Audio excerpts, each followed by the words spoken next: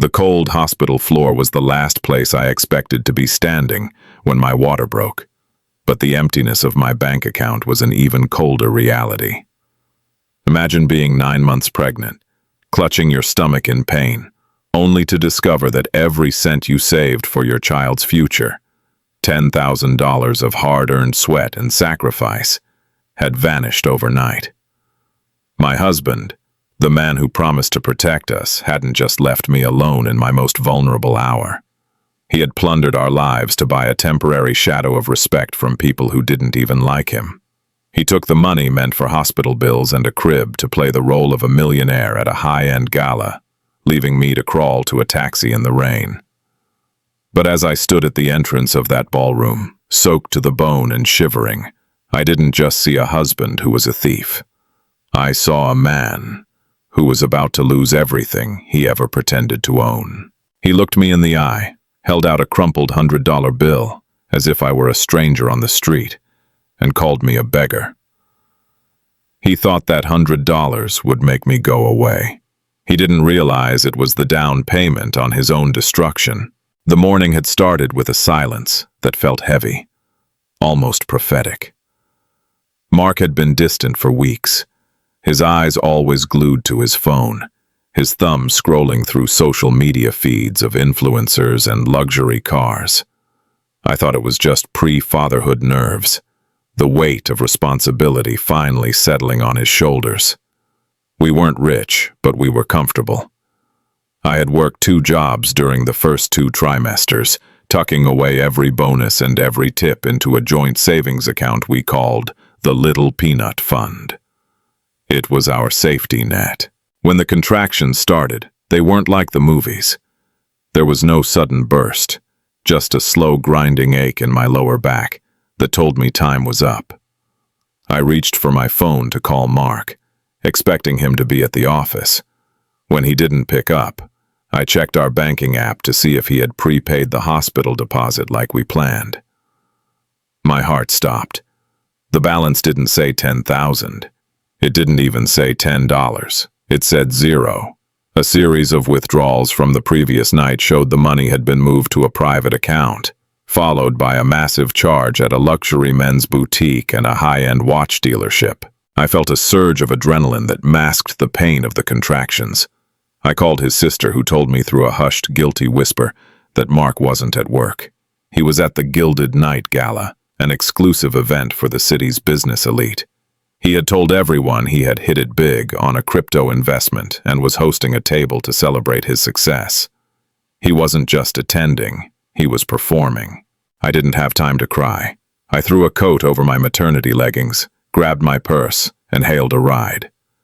The driver looked at me with concern as I breathed through the tightening in my abdomen, but I told him to keep driving. I arrived at the Grand Hotel, the marble stairs glistening under the streetlights. The valet looked at my disheveled hair and my rain-soaked coat with disdain. I pushed past the velvet ropes, my mind focused on one thing, looking the father of my child in the eye and asking him how he could steal from his unborn son. The ballroom was a sea of silk, sequins, and the smell of expensive cologne. I saw him almost immediately. Mark was standing in the center of a circle of men in tailored suits, a glass of vintage champagne in one hand and a gold watch gleaming on his wrist. My son's college fund strapped to his arm. He was laughing, his head thrown back, radiating an arrogance I didn't recognize. As I approached, the laughter around the table died down. The people shifted, noticing the wet, pregnant woman walking toward their golden boy. Mark turned, and for a split second, I saw terror in his eyes. It was the look of a man whose mask was slipping. But then something shifted. His face hardened. He didn't rush to me. He didn't ask if I was okay. Instead, he looked at his friends and let out a scripted, condescending chuckle. "Goodness," Mark said, his voice loud enough for the neighboring tables to hear. "The charity cases are getting quite bold these days, aren't they?" I froze. "Mark, what are you talking about? The money is gone. I'm in labor, Mark. We need to go." He stepped toward me, but not to help. He reached into his pocket and pulled out a leather wallet. the one I had bought him for his birthday. He flicked it open and pulled out a single $100 bill. He held it out toward me, keeping his arm straight so I wouldn't get too close to his expensive tuxedo. "I appreciate the hustle, ma'am, but this is a private event," Mark said, his voice dripping with a fake posh accent. "Take this $100. Go get yourself a warm meal and find a shelter. There's no need to harass the guests." The men around him started to snicker. One of them whispered, "Man, they really do pick the best spots to beg, don't they?" I stared at the bill. I looked at Mark, searching for a glimmer of the man I loved, the man I had built a life with. But he was gone. In his place was a hollow shell fueled by vanity. My water broke right there on the patterned carpet, a dark circle spreading around my feet. The waves from the crowd weren't out of sympathy. They were out of disgust for the mess I was making. "Mark, please," I whispered, the pain finally dragging me to my knees. He leaned in close, his voice a low hiss that only I could hear. "Get out of here, Sarah. You're ruining everything. I've worked too hard for this reputation. Go to the public clinic. I'll come by in a few days when this is over. Don't show your face here again, or I'll have security drag you out." He dropped the $100 bill. It fluttered through the air and landed in the puddle at my feet. He turned his back on me and raised his glass. "A toast!"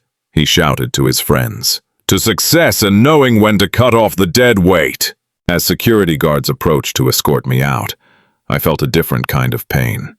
Not the physical sting of labor, but a cold, hard crystallization of my will.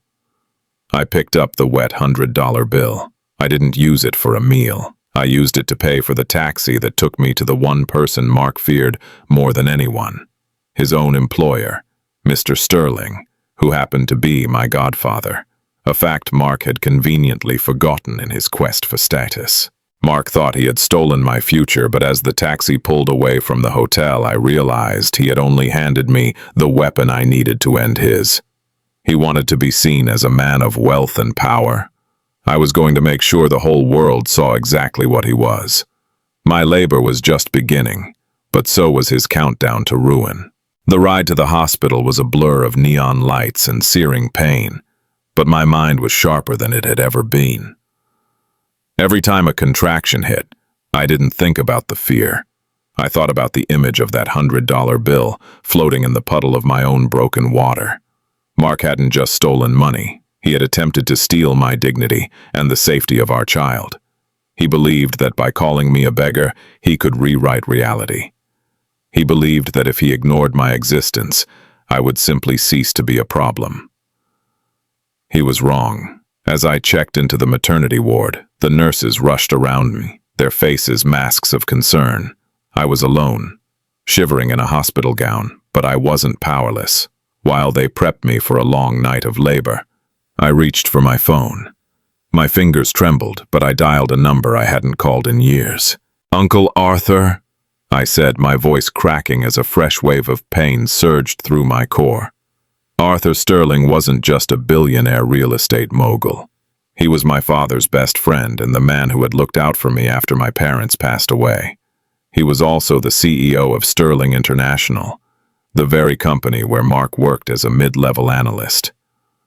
Mark had always been intimidated by Arthur, which is why I had kept our relationship quiet. I wanted Mark to love me, not for my connections.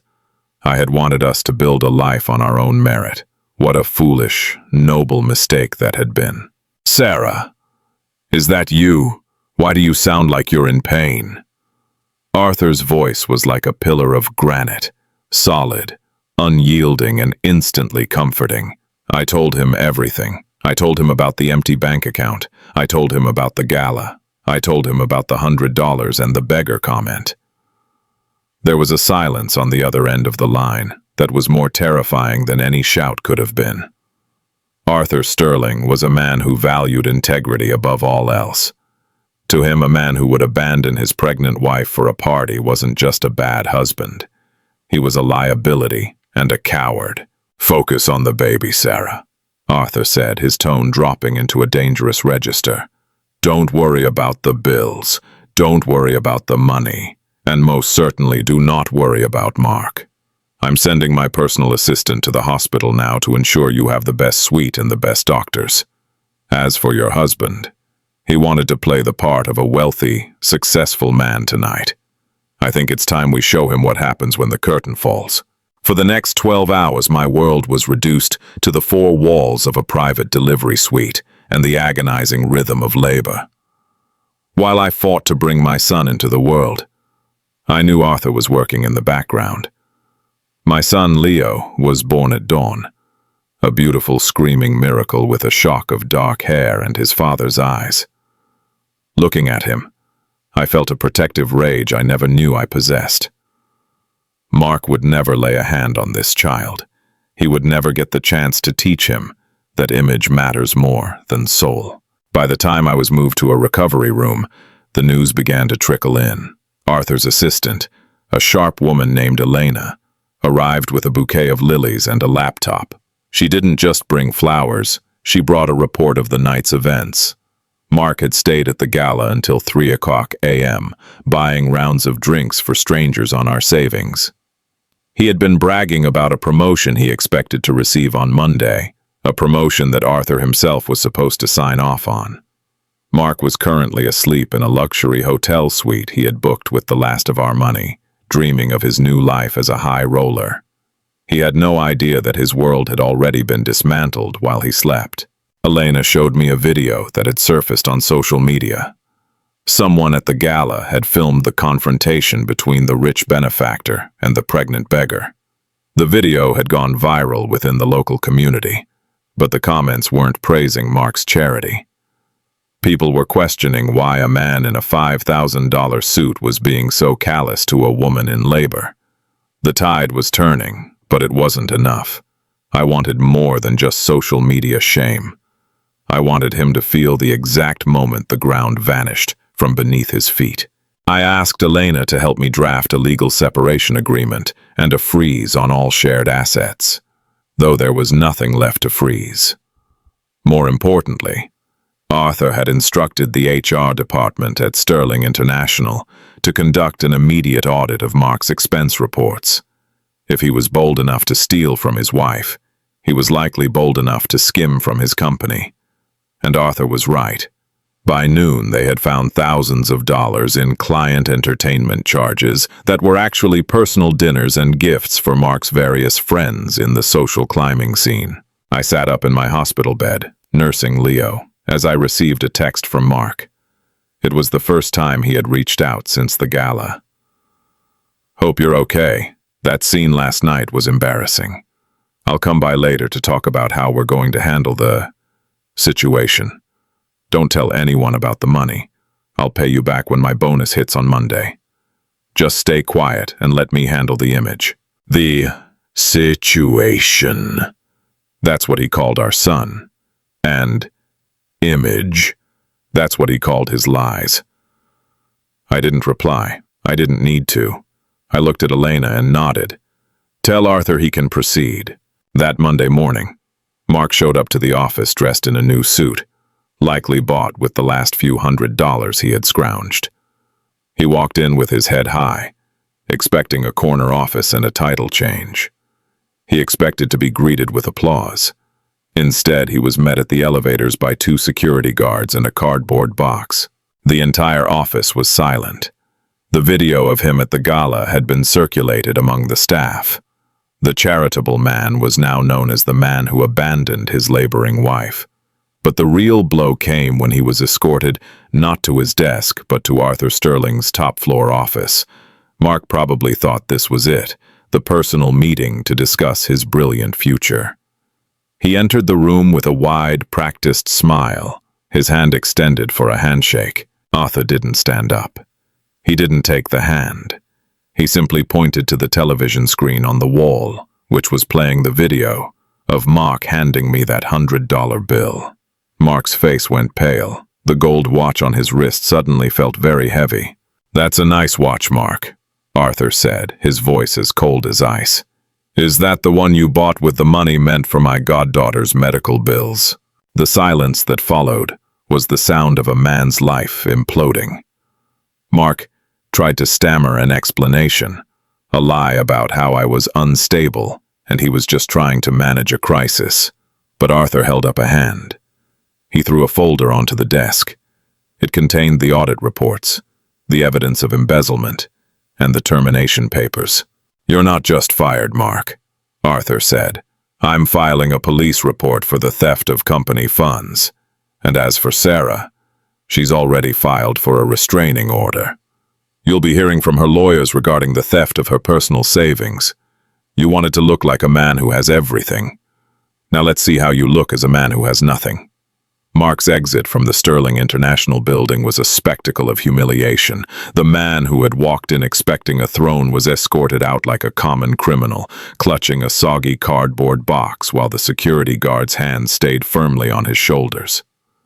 The gold watch he had so proudly displayed at the gala was now hidden under his sleeve, a shameful reminder of his theft. As he hit the sidewalk, the bright morning sun felt like a spotlight on his failure.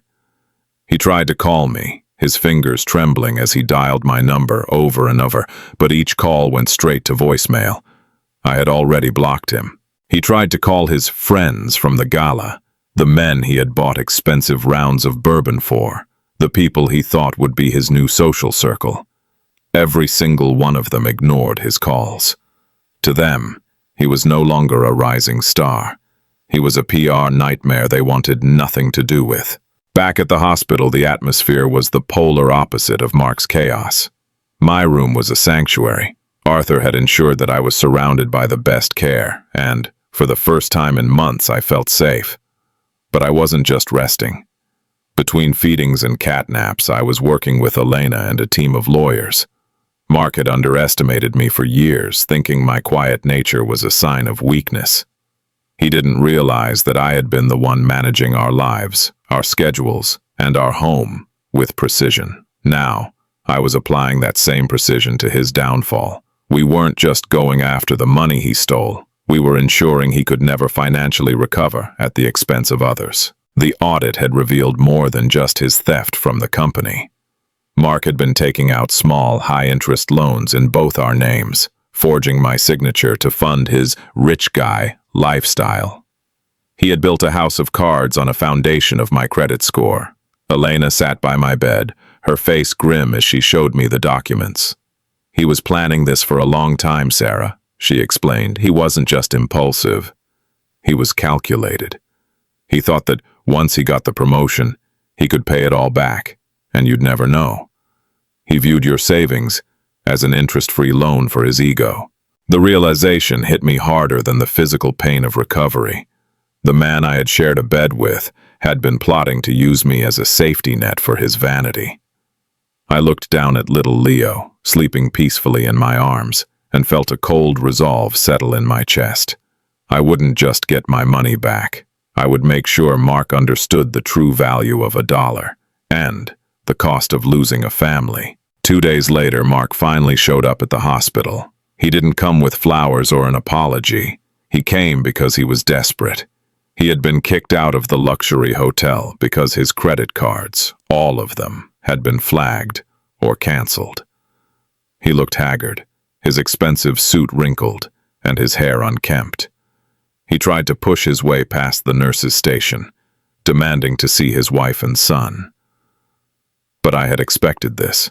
When he finally reached my door, he found 2 uniformed officers waiting for him.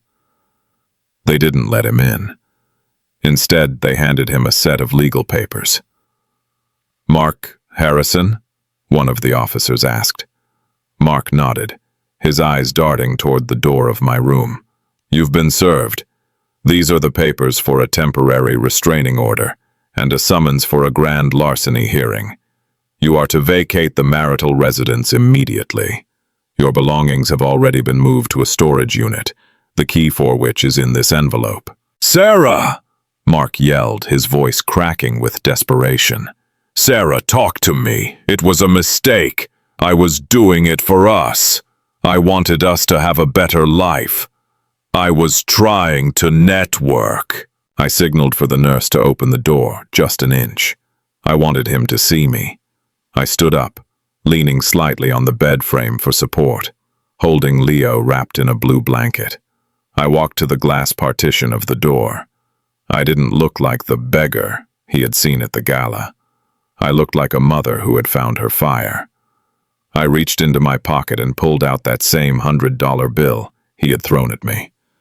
It was dry now, but wrinkled. I pressed the bill against the glass. "You told me to take this and find a shelter, Mark," I said, my voice calm and steady. "I'm giving it back. You're going to need it more than I do. Because by the time the lawyers and the police are done with you, this $100 will be the only thing you have left to your name." The look on his face was one of pure, unadulterated shock. The reality was finally sinking in. He wasn't the hero of a fake-it-till-you-make-it story. He was the villain of a very public collapse. The police moved him along, and as he was led down the hallway, he looked back one last time. I didn't wave. I didn't cry. I simply turned my back on him and focused on my son. Over the next week, the story continued to grow.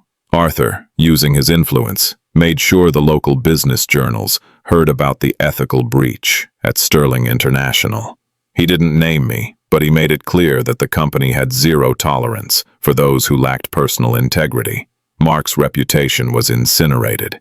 He couldn't get a job as a bank teller, let alone an analyst, every time a recruiter Googled his name. The first thing that popped up was a link to the Gala Beggar video and the news of his arrest for embezzlement. Meanwhile, I was preparing for the next phase. Recovering the $10,000 was just the beginning. I discovered that the gold watch Mark had bought was a limited edition piece worth nearly $15,000. Since he had bought it with our joint funds, my lawyers argued it was marital property. Or rather, stolen property that belonged to me. We petitioned the court to have his luxury purchases seized and liquidated to pay back the Little Peanut Fund with interest. Mark moved into a dingy studio apartment in the worst part of town, spending his days in courtrooms and his nights staring at the walls. He tried to send me letters, filled with promises of changing and making it up to me.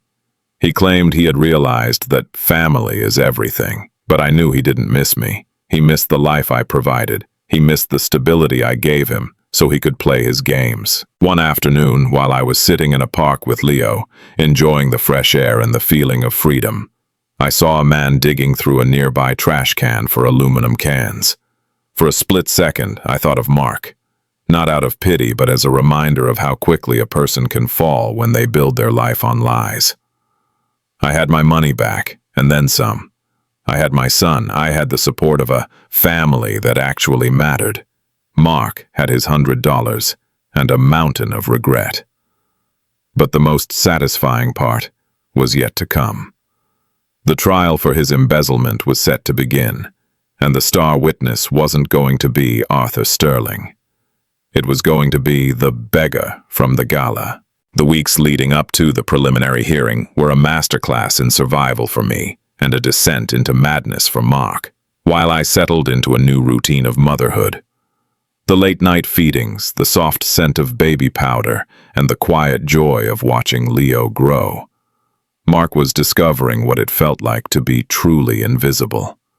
Without his title, without his tailored suits, and without my paycheck to subsidize his existence, he was realizing that the friends he had tried so hard to impress didn't just dislike him. They didn't even remember his name. He was a ghost in the very city he had tried to conquer. He spent his days in a legal aid office, trying to find a lawyer who would represent him for free. But his reputation preceded him. No one wanted to be the face of the man who humiliated his pregnant wife. One morning, Elena came over to my new apartment, a beautiful sun-drenched space that Arthur had helped me secure. She brought a stack of documents and a look of grim satisfaction. "The liquidation of the assets is complete, Sarah," she said, setting the papers on the coffee table. "The gold watch, the designer suits, and even that luxury car he leased under a false business name. Everything has been sold. After paying off the debts he accrued in your name. The little peanut fund is back to $25,000. He basically tripled your savings through his own stupidity and the high resale value of those luxury items. I looked at the number on the page. It was more than just money. It was freedom. It was the ability to look at Leo and know that he would never want for anything. But more importantly, it was the validation that Mark's attempt to steal from us had actually resulted in him funding our future without his presence. It was a poetic justice that I hadn't even dared to hope for.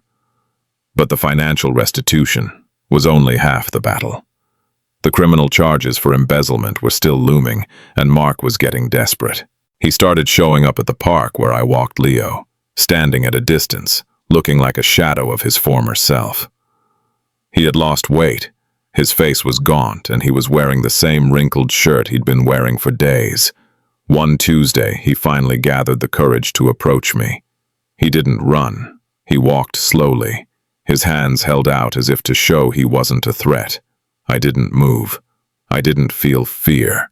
I felt a cold, clinical detachment. "Sarah, please," he rasped, his voice sounding thin and tired. "The prosecutor is talking about jail time. 3 to 5 years. They say because of the egregious nature of the theft and the public scandal. They want to make an example of me. You have to tell them to drop the charges. Tell them it was a misunderstanding. Tell them I gave the money back." "You didn't give it back, Mark," I said, my voice as steady as a heartbeat. "The court took it from you. There's a big difference. And as for the misunderstanding, I think the video from the Gala cleared up any confusion about your intentions. You didn't just take the money. You tried to erase me." "I was stressed," he shouted, a flash of his old arrogance flickering in his eyes before dying out. "The pressure of the baby, the pressure of the promotion. I just wanted to feel like I was winning for once.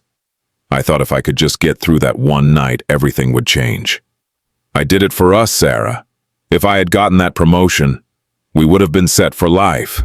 "No, Mark," I replied, looking down at Leo, who was sleeping soundly in his stroller. "You did it for you. You did it so you could look in the mirror and see someone important. You didn't care if your wife was bleeding on a ballroom floor as long as the men at your table thought you were a big shot. You traded your son's birth for a few hours of fake respect. That's not a misunderstanding. That's a character flaw." He sank to his knees on the gravel path, oblivious to the people passing by. "If I go to prison, I'll never get a job again. I'll be ruined. Is that what you want? To destroy the father of your child?" "You destroyed the father of my child the moment you handed me $100 and called me a beggar," I said. "I'm just the one documenting the wreckage."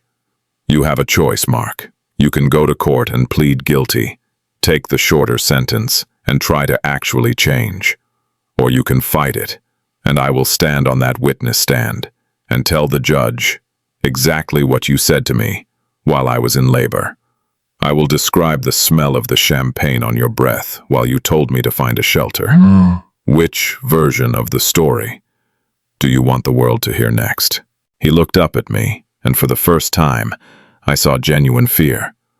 Not the fear of losing me, or the fear of missing out on Leo's life, but the pure, selfish fear of consequences. He realized then that I wasn't the sweet pushover wife he had manipulated for 3 years. I was a woman who had been forged in the fire of his betrayal. He didn't say another word. He stood up, brushed the dirt from his knees, and walked away.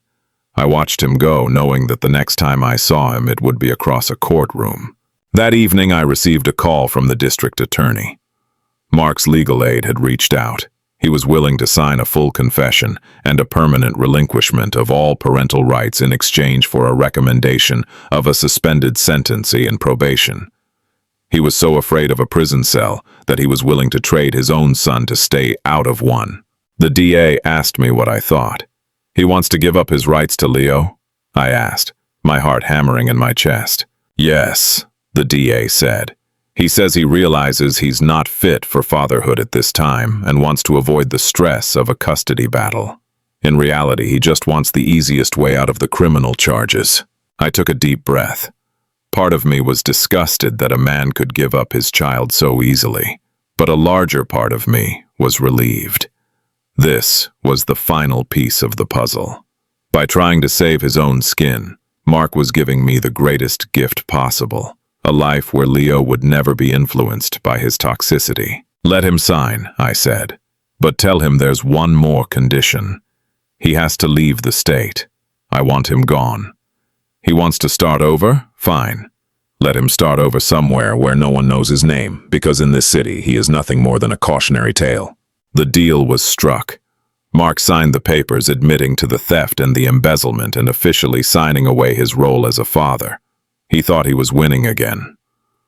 He thought he had outsmarted the system and avoided jail. He didn't realize that by signing those papers, he was sealing his fate as a man with no history, no family, and no future. As I tucked Leo into his crib that night, I felt a weight lift that I had been carrying since the moment my water broke. The money was back. The monster was gone. But the story wasn't over. Because while Mark was planning his escape to another city, Arthur Sterling and I were planning a way to make sure his reputation followed him. No matter how far he ran, Mark believed he had played his final card and won. To a man like him, freedom wasn't about the soul. It was about the physical ability to walk down a street without bars in front of his face. He signed the papers with a flourish of his pen, relinquishing his rights to Leo, as if he were signing off on a car lease he could no longer afford. He walked out of the district attorney's office with a smirk, thinking he had cheated justice. He had avoided a prison cell, and in his twisted mind, that made him the victor. He began packing his few remaining belongings, the wrinkled suits, the shoes that were losing their shine, into a battered suitcase. He had booked a one-way bus ticket to a city 3 states away, a place where he imagined he could reinvent himself, perhaps as a consultant or a high-end salesman. He still didn't understand that a man's character is not a coat you can take off and leave behind in a hotel room. While Mark was preparing his grand escape, I was sitting in Arthur's office, looking at a map of the very city Mark was heading toward. Arthur wasn't just my godfather. He was a titan of industry with a network that stretched across the country. He sat behind his mahogany desk, steepled his fingers, and looked at me with a pride that brought tears to my eyes. "He thinks he's moving toward a fresh start, Sarah," Arthur said quietly. "But he's forgotten that the digital world has no borders. He thinks that by leaving this state, he leaves his sins behind. He is about to learn that the internet is the longest-lasting ledger in human history." Arthur had commissioned a digital documentary, a short, polished, and brutally honest video piece titled "The Cost of a Lie." It featured the footage from the Gala, but it was supplemented with the legal documents Mark had just signed. It showed the confession of embezzlement. It showed the signed waiver of parental rights. It was a complete portrait of a man who would sell his own child to avoid a few years of manual labor in a penitentiary. Arthur didn't release it to the public yet. He was waiting for the perfect moment, the moment Mark tried to climb again. Meanwhile, I began to reclaim my own life. With the $25,000 back in the bank, I didn't go on a spending spree. I invested. I followed the advice my father had given me years ago. Money is a tool, not a trophy. I started a small online boutique specializing in high-quality, affordable baby gear for single mothers. I called it the Little Peanut. It started as a way to keep my mind busy while Leo napped, but within weeks, the story of the Gala survivor began to circulate. People didn't just want to buy my products, they wanted to support a woman who had stood up to a narcissist and won. The contrast between our lives was stark. I was building a community of women who looked out for each other, while Mark was sitting in a cramped bus seat, surrounded by strangers, heading toward a city where he had no friends, no references, and no foundation. He had been so focused on looking rich that he had never bothered to learn how to actually be valuable. He had relied on his charm and his wife's hard work for so long that he had forgotten how to survive on his own. When Mark arrived in his new city, he checked into a cheap motel and immediately began scouring the job boards. He applied for executive positions, vice presidencies, and senior analyst roles. He used a slightly modified version of his resume, omitting his time at Sterling International and listing a defunct company as his previous employer. He thought he was being clever. He thought he was a genius of reinvention. But every time an HR manager typed his name into a search engine, Arthur's digital shadow was waiting for them. The first interview he managed to land was with a mid-sized investment firm. He walked in with his old swagger, wearing the one suit he had managed to keep clean. He sat across from a woman who reminded him of me, sharp, observant, and unimpressed by empty words. He spent 30 minutes talking about his visionary leadership and his unmatched work ethic. The woman listened patiently, nodding occasionally until she turned her laptop screen around. "Mr. Harrison," she said, her voice devoid of emotion, "we take our corporate ethics very seriously here. We came across this video yesterday. It's been sent to every major recruitment firm in the city. Is it true that you abandoned your wife in labor and then signed away your parental rights to avoid a theft charge?" Mark's face went from pale to a sickly shade of gray. The swagger vanished. He tried to claim it was a deepfake, a smear campaign by a vengeful ex-wife. But the woman simply pointed to the court-stamped documents on the screen. "The signatures are verified, Mark. You aren't a leader. You're a liability. Please leave our offices before I call security. And for what it's worth, I hope that $100 was worth the life you threw away." He was laughed out of the building, and then the next one, and the one after that. Within a month, Mark had gone from applying for executive roles to applying for positions at fast food restaurants. But even there, the manager would recognize his face from the viral clips. He became a local pariah, the $100 dad who couldn't be trusted with a cash register, let alone a career. I heard about his struggles through Elena, who kept a discreet eye on his public filings. Mark was eventually evicted from his motel. He was forced to sell his suitcase and his last decent pair of shoes just to buy a meal. The man who had stolen $10,000 to look like a king was now literally living off the $100 I had returned to him at the hospital, the final bit of charity he would ever receive from me. I, on the other hand, was flourishing. The Little Peanut had grown into a successful brand. I had moved Leo and myself into a house with a backyard and a swing set. Every morning I would wake up to the sound of his laughter, a sound that Mark would never hear. I realized then that the greatest revenge wasn't seeing Mark suffer.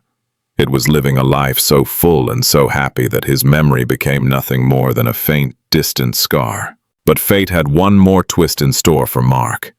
A twist that would force him to face the reality of what he had done in the most public way possible.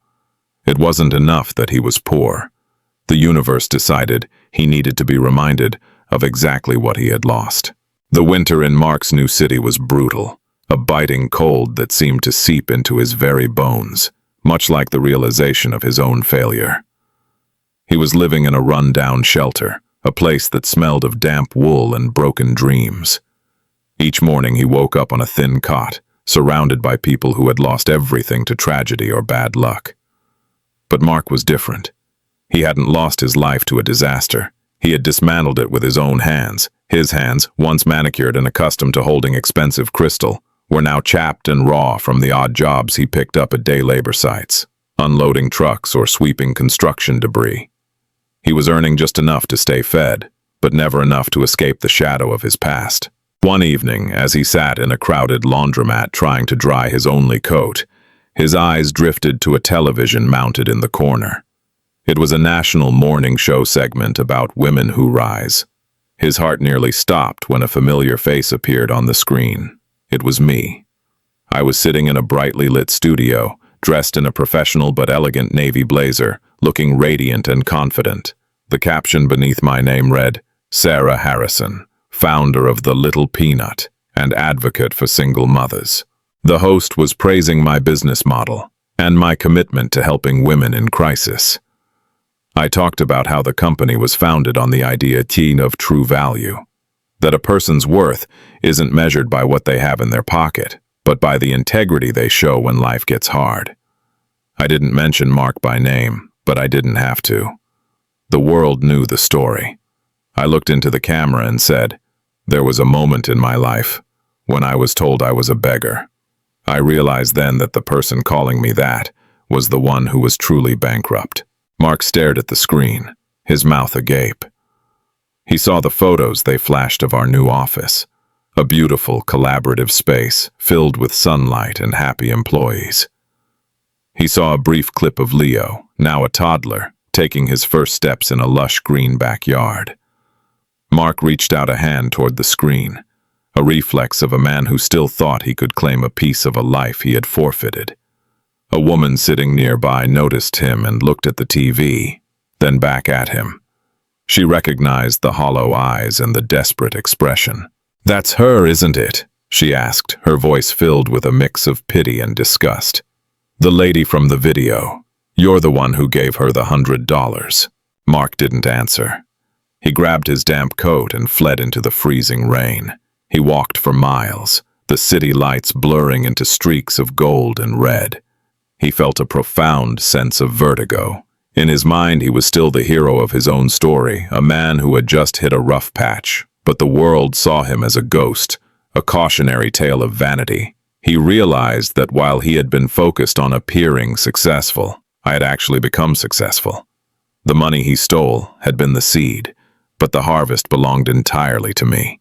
He eventually found himself standing outside a high-end department store, staring at a display of luxury watches in the window. One of them was identical to the gold watch he had bought with our savings. It sat on a velvet cushion, glowing under the security lights. A few months ago, he believed that owning that watch made him appear to billionaires. Now, he looked at his own reflection in the glass, haggard, dirty and shivering, and realized the watch was just a piece of metal. It couldn't provide warmth, it couldn't provide love, and it certainly couldn't buy back the rights to the son he had traded for a chance to avoid a courtroom. Desperation drove him to do something he hadn't done since he left. He went to a public library, logged onto a computer, and sent an email to Arthur Sterling. He didn't ask for a job. He begged for a loan. He wrote a long, rambling message about how he had learned his lesson and how he was ready to make amends. He promised that if Arthur gave him $50,000 to start a new business, he would pay it back tenfold. He even had the audacity to suggest that it would be better for Leo's image if his father wasn't living in poverty. The reply came less than an hour later. It wasn't from Arthur. It was from Elena. It was short and devastating. "Mr. Harrison, your lesson is clearly incomplete. You are still trying to trade on a relationship that does not exist. Arthur Sterling has no interest in your amends, and Sarah has moved on to a life where you are a closed chapter. As for Leo, his image is protected by a mother who possesses the strength you lacked. Do not contact this office again. Any further communication will be viewed as harassment and reported to your probation officer." Mark slumped in the plastic chair, the glow of the monitor illuminating the tears track through the grime on his face. He was truly alone. He had burned every bridge, and the smoke was finally choking him. He left the library and walked toward the docks, the smell of salt and diesel heavy in the air. He found a small, quiet spot near the water and sat down. He pulled out his wallet, the same one I had bought him. Inside was the $100 bill I had returned to him. It was the only thing he had left that wasn't a debt or a lie. He looked at the bill, then at the dark, churning water of the harbor. He thought about that night at the Gala, the music, the champagne, the feeling of being someone. It felt like a lifetime ago. He realized that the $100 hadn't been an act of charity from me, it had been a mirror. I had given it back to him so he would always have a reminder of the exact moment he became nothing. The next morning, Mark didn't show up for his labor shift. He had spent the night walking the streets, his mind unraveling. He began to talk to himself, rehearsing the speeches he would give if he were ever back on top. People began to cross the street to avoid him. He had become the very thing he had pretended I was, A person whose presence made people uncomfortable. A beggar. Not just for money, but for a shred of relevance. Back in my world, things were moving at an incredible pace. The little peanut was expanding into international shipping. I was being invited to speak at universities about ethical entrepreneurship. But most importantly, Leo was thriving. He was a happy, healthy child who knew he was loved. One afternoon, Arthur came over for tea. We sat on the patio watching Leo play with a set of wooden blocks. "I heard from him," Arthur said softly. "He tried to ask for money. I didn't even look up from watching my son." "I know," Elena told me. "Are you okay with how it turned out, Sarah?" Arthur asked, searching my face. I smiled, and it was the most genuine smile I had ever worn. He wanted to be rich, Arthur. He wanted everyone to look at him and feel small. Now the whole world looks at him and sees exactly how small he really is. He has his freedom, but he has nowhere to go. That's a far greater punishment than a prison cell. But as the sun set over my peaceful home, I didn't know that Mark was about to make one last desperate attempt to reclaim his glory. It was a move born of madness, and it would be the final nail in the coffin of his reputation. Desperation has a way of turning a man's mind into a hall of mirrors, where every bad idea looks like a golden opportunity. Mark was living in the basement of a condemned building, sharing space with shadows and the sound of dripping water. He had reached the bottom, but instead of looking up at the light, he began to plot.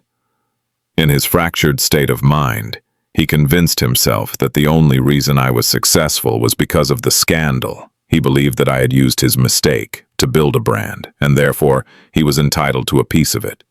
He didn't see my hard work, my sleepless nights nursing a newborn, or my business savvy. He saw a windfall that he believed he had co-authored. He decided that if he couldn't get money through begging or working, he would get it through exposure. Mark spent his last few dollars at an internet cafe, not on food, but on a cheap digital camera and a basic editing software. He decided to start his own YouTube channel.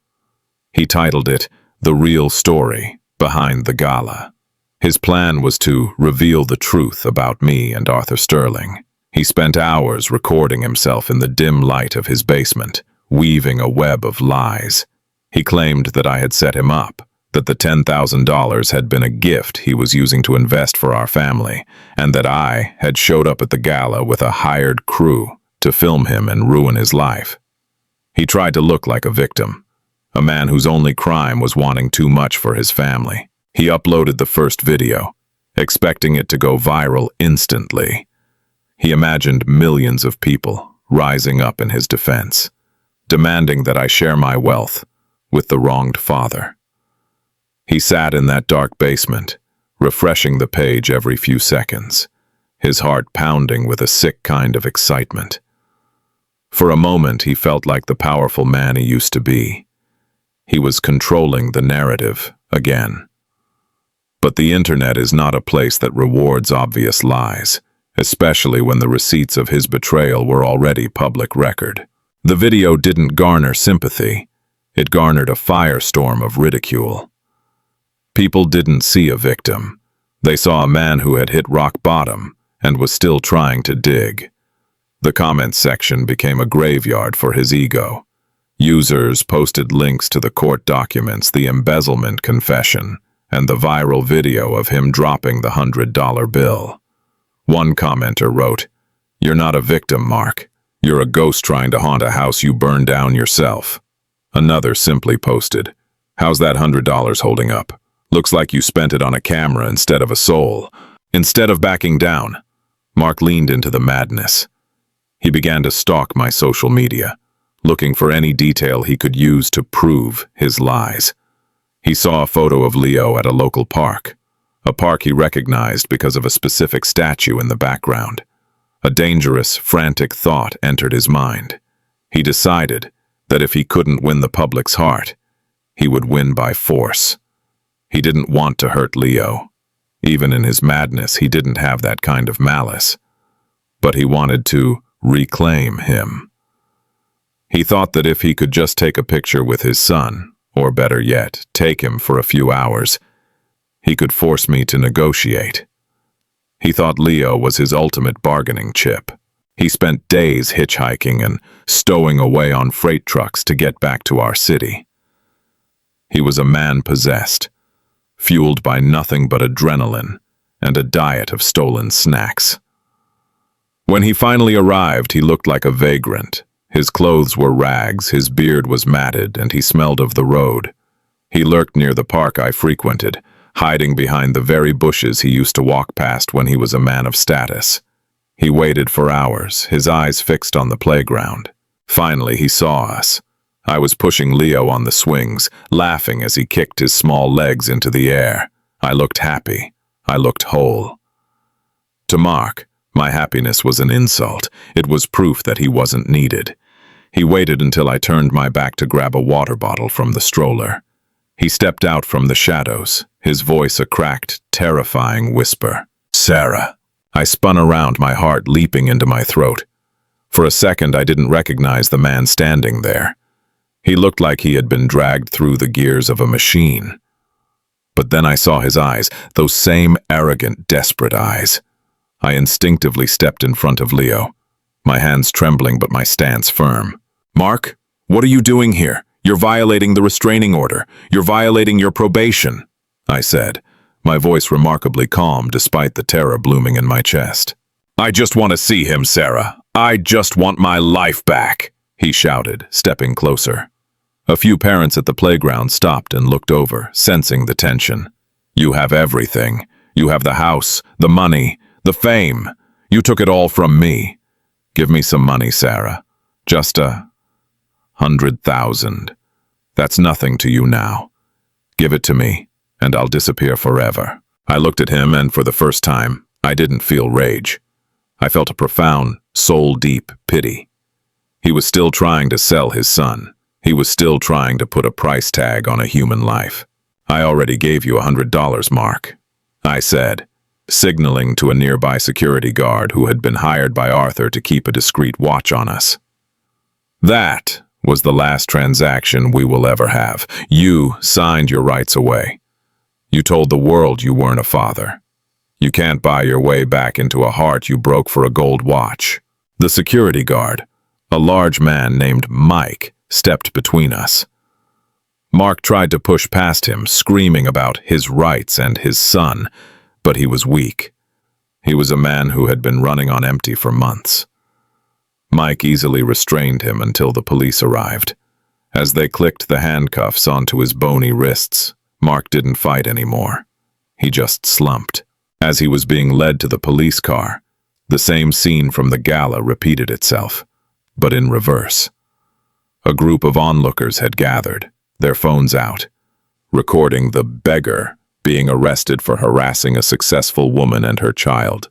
Mark looked at the lenses of the cameras, and for the first time, he realized that he had achieved the fame he wanted. He was famous for being the man who lost it all because he couldn't see the value of what he had. The police officer found the small digital camera in Mark's pocket. On it was the footage of his documentary, the rambling, incoherent proofs of his own insanity. It wouldn't be used to save him. It would be used as evidence of his stalking and harassment. I stood there, holding Leo tightly against my chest, watching the patrol car drive away. I realized that Mark's restless pursuit of status had led him to a cage of his own making. He had wanted to be seen as a king. Now, he would be seen by a judge, a jury, and a prison psychiatrist. The $100 bill he had carried as a talisman was confiscated as personal property during his booking. He was left with literally nothing, not even the memory of the lie he had tried to live. The arrest at the park was the final breaking point for Mark's fragile reality. As he sat in the back of the patrol car, watching the playground fade into the distance, he finally felt the cold weight of the metal on his wrists, a different kind of jewelry than the gold watch he had once coveted. This time, there was no Arthur Sterling to intervene, no Sarah to bail him out, and no image left to protect. He had violated a direct court order, crossed state lines while on probation, and attempted to extort a woman who was now a public figure. The legal system, which he had tried to manipulate with his signatures and pleas, was no longer interested in his excuses. To the law, he was a recidivist. To the public, he was a monster. News of the Gala husband's attempt to kidnap his son hit the headlines within hours. Because of my growing profile as a business leader, the story was picked up by national outlets. But the narrative wasn't what Mark had hoped for. He had wanted to be seen as a desperate father. Instead, he was portrayed as a cautionary tale of narcissism and the ultimate deadbeat. The video he had spent his last dollars trying to produce, the one he thought would redeem him, was leaked by a tech-savvy journalist. It didn't win him fans. It became a viral example of what psychologists called narcissistic collapse. People watched his rambling basement-taped manifestos, not with sympathy, but with a chilling realization of how far a man can fall when he replaces his soul with a price tag. While Mark waited in a holding cell, I sat in my living room with Arthur.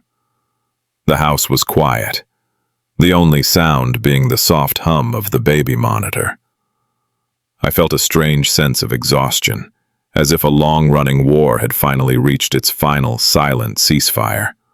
Arthur looked at me, his eyes filled with a paternal concern that Mark never possessed. "The DA is pushing for maximum sentencing this time, Sarah," he said softly. "Attempted extortion, stalking, and multiple probation violations. He's looking at 10 to 15 years. They want to ensure he never gets close to you or Leo again." 10 to 15 years. It was a lifetime. By the time Mark got out, Leo would be a teenager. He would be a man. And yet, I didn't feel the surge of triumph I expected. I just felt relief that the shadow was finally being locked away. "He had so many chances, Arthur," I whispered. "He had the money. He had the career. He had a family that loved him. He threw it all away for a single night of pretending to be someone else. Why wasn't us enough for him?" "Because men like Mark don't want a life, Sarah," Arthur replied. "They want an audience. And once the audience stops clapping, they don't know who they are anymore. He didn't want to be a husband or a father. He wanted to be a character in a movie. You just happened to be the one who turned off the projector." The following week, the Gala Beggar trial began. But it was a short affair. Mark's legal aid attempted a diminished capacity defense, claiming the trauma of his financial loss had broken his mind. But the prosecution played back the video from the Gala, the moment he looked me in the eye and handed me that $100 with a sneer. They argued that his actions weren't a result of a breakdown, but a continuation of a lifelong pattern of cruelty and entitlement. The judge, a woman known for her no-nonsense approach to domestic cases, didn't hold back. "Mr. Harrison," she said, looking down at him from the bench. Mark looked smaller than I had ever seen him. He was wearing a drab orange jumpsuit that drained the last of the color from his face. "You have spent the last year trying to convince the world that you are the victim of a grand conspiracy. But the only person who conspired against you was yourself. You treated your wife like an inconvenience and your son like a transaction. You wanted to be a man of status? Well, in this courtroom, your status is inmate. You will have plenty of time to reflect on the value of that $100 bill." Mark was sentenced to 12 years in a high-security facility. As he was led away, he didn't look at me. He didn't shout. He just stared at the floor. His shoulders slumped, finally accepting that the show was over. The Little Peanut Fund was safe. My son's future was secured. But as the courtroom cleared, I realized that the true victory wasn't the sentence. It was the fact that for the first time in years, I didn't care what Mark was thinking. His opinion of me, his lies about me, and his desperate need for my attention had lost all power. I returned to my office the next day. The Little Peanut had just received a massive investment offer from a global venture capital firm. They didn't care about the scandal. They cared about the brand's integrity and the way I had handled the crisis. I was no longer just a survivor. I was a powerhouse. I decided to take a portion of the new investment and start a foundation.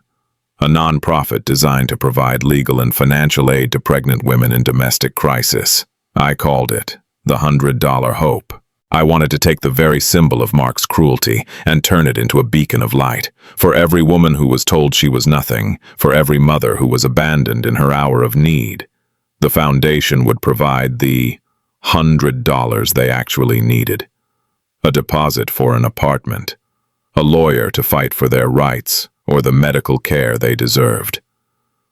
I wanted to ensure that no woman ever had to stand in a ballroom and feel like a beggar because a man forgot how to be a human being. One afternoon, a few months into Mark's sentence, I received a letter from the prison.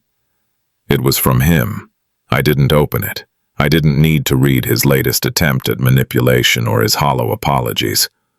I took the envelope and placed it in a small metal bin in my backyard. I struck a match and watched the paper curl and blacken. The smoke rose into the clear blue sky, disappearing into the wind. Leo was playing nearby, chasing a butterfly through the grass. He was growing so fast. He was kind, he was curious, and he was safe. He would grow up knowing that his mother was a woman who turned a betrayal into an empire. He would grow up knowing that money is something you earn, but respect is something you build. And most importantly, he would never know the man who tried to sell his soul for a gold watch. The story of the beggar at the Gala had finally reached its conclusion. The world had moved on to the next headline, the next scandal, but in our house, the lesson remained. We didn't just survive the storm. We learned how to own the rain. The years began to pass with a rhythmic grace that Mark had once tried to simulate with expensive watches and fake smiles. But while he sat behind concrete walls, his life measured by the sound of heavy iron gates and the ticking of a plastic clock in the prison common room, my life was measured by growth. The little peanut had evolved from a small online boutique into a global symbol of resilience. We weren't just selling baby clothes anymore. We were building community centers, providing childcare for working mothers, and lobbying for laws that protected domestic financial rights. I had become the woman I always had the potential to be, but whom Mark had tried to suppress. It turned out that by taking everything from me, he had inadvertently removed the only anchor that was keeping me from drifting toward my true destiny. Mark's life in prison was a stark contrast to the world he had desperately tried to inhabit. In there, no one cared about his visionary ideas or his former title at Sterling International. The men he was surrounded by valued only two things: strength and honesty. Mark had neither. He tried at first to play the wronged businessman, telling anyone who would listen that he was a political prisoner of a wealthy godfather and a vengeful wife. But criminals have a unique sixth sense for a liar. They saw through his bravado within weeks. He became the man who did the laundry, the man who scrubbed the floors, the very beggar's work he had mocked me for. Every time he picked up a mop, I wonder if he thought about the puddle on that ballroom floor. I received updates on him once a year through a court-mandated report. It was a cold, clinical document that detailed his behavior and his mental state. According to the reports, Mark had become increasingly withdrawn. He had stopped attending the entrepreneurial workshops offered by the prison because, according to the instructor, he couldn't handle being told that success required starting at the bottom. He still believed he belonged at the top, even as he sat in a 6-by-9-foot cell. He was a man frozen in time, still wearing the invisible tuxedo of his own ego, while the rest of the world moved into a future that didn't include him. Meanwhile, Leo was growing into a remarkable young boy. He had my eyes and a spirit that was all his own. He was compassionate and incredibly observant. One day, when he was about 7 years old, we were walking through the city to visit Arthur. We passed a man on the street who was struggling to carry several heavy bags. Without a word, Leo stepped forward and offered to hold one. As we walked away, the man thanked him profusely. "Mom," Leo asked as we continued our walk, "why do some people have so much and some people have so little?" I looked down at him, my heart full. "It's not about how much you have in your hands, Leo. It's about what you do with what you have." Some people have millions of dollars but are completely poor inside. And some people have nothing but their kindness, and they are the richest people in the world. Like the man with the $100? He asked quietly. I stopped.